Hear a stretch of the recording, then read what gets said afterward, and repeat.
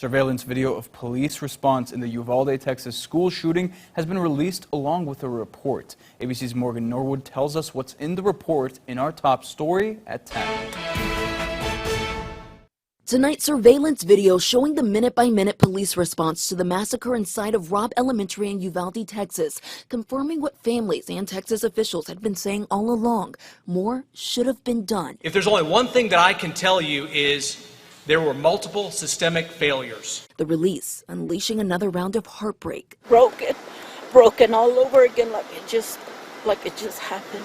The surveillance video released with a 77-page report from the Texas House Investigative Committee that detailed a myriad of failures. That report finding Robb Elementary did not adequately prepare for the risk of an armed intruder on campus, adding that the entirety of law enforcement and its training, preparation, and response shares systemic responsibility for missed opportunities on that tragic day. Several officers in the hallway or in that building knew or should have known there was dying in that classroom, and they should have done more, acted with urgency, tried the door handles, tried to go in through the windows, tried to distract him, tried to do something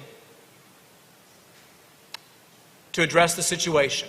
According to the report, law enforcement officials who arrived first on scene failed to prioritize saving the lives of innocent victims over their own safety, and larger state and federal agencies that arrived later should have taken over command. Law enforcement failed the students. Our government failed the students.